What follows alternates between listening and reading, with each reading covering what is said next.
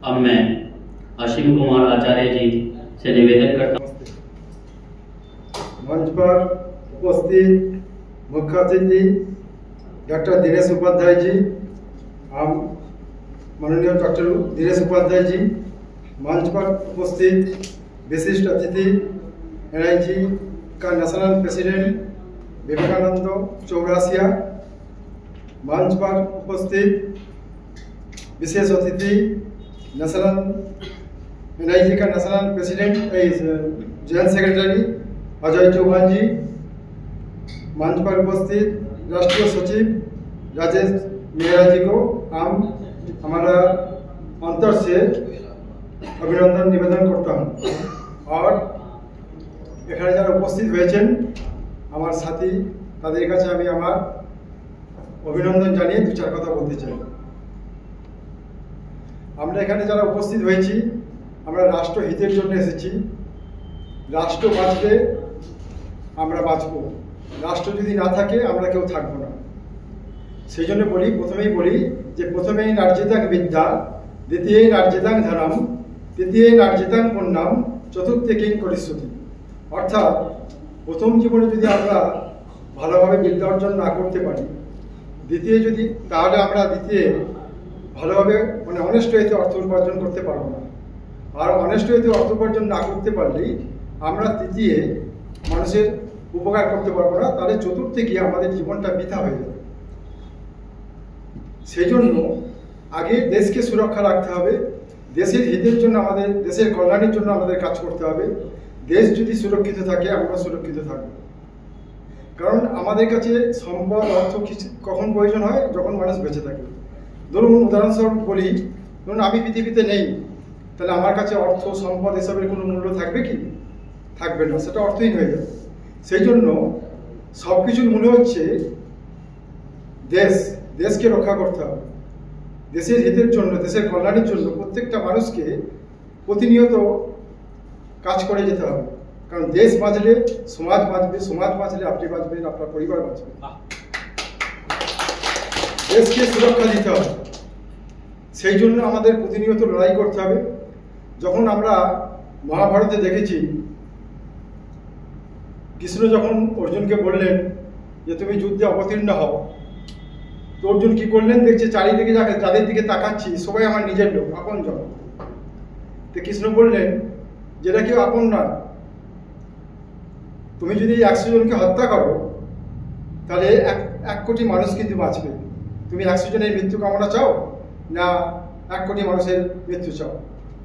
তখন সেই জন্য কৃষ্ণ বলেছিলেন যে যদা যদাই ধর্মস্য গ্লানি ভবতি ভারত, অভ্যুত্থানং ধর্মস্য তদানীন্তং সৃজাম্যহম, পরিত্রাণায় সাধনাং বিনাশায় চ দুষ্কৃতম, ধর্ম সংস্থাপনার্থায় সম্ভবামি যুগে যুগে।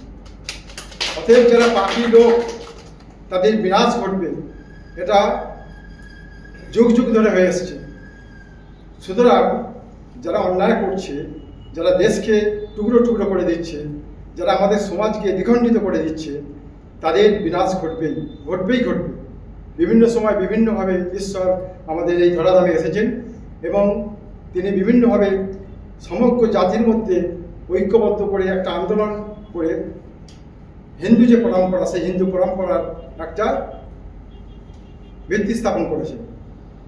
তো এই যে দীর্ঘ মুঘল শাসন, দীর্ঘ ইংরেজ শাসন, পাঠান শাসনে ভারতবর্ষে হিন্দুদের পরম্পরা, সনাতনী হিন্দু পরম্পরা ধ্বংস হয়ে গেছে। সেই পরম্পরাকে আমাদের ফিরিয়ে আনতে হবে। যে বাংলা রবীন্দ্রনাথের বাংলা, যেই বাংলা স্বামী বিবেকানন্দের বাংলা, যেই বাংলা ঈশ্বরচন্দ্র বিদ্যাসাগরের বাংলা, যে বাংলা মাতঙ্গিনী হাজরার বাংলা, আজকে তাদের ডেমোক্রেসি চেঞ্জ হয়ে যাচ্ছে। কাদের দ্বারা? বিভিন্ন সম্প্রদায়ের মানুষের অনুপ্রবেশের কারণে। এই ডেমোক্রেসিকে আমরা কোনোভাবেই নষ্ট হতে দেব না।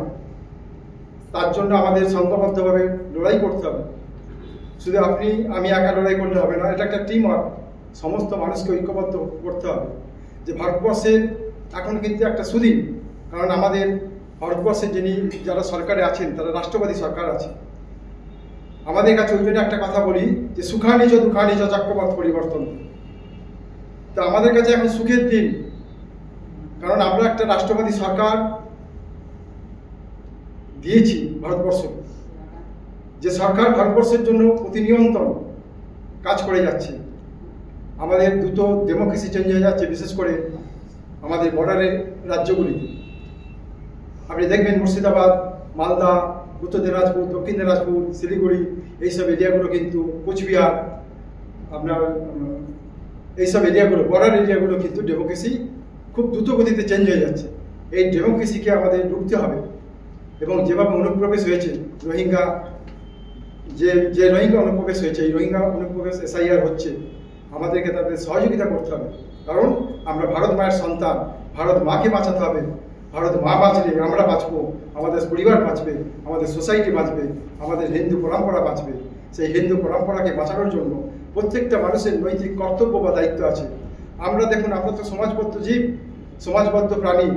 অন্য প্রাণীদের থেকে মানুষ অনেক উন্নত। কেন না, তাদের বিবেক আছে, মনুষ্যত্ব আছে, তাদের মরালিটি আছে।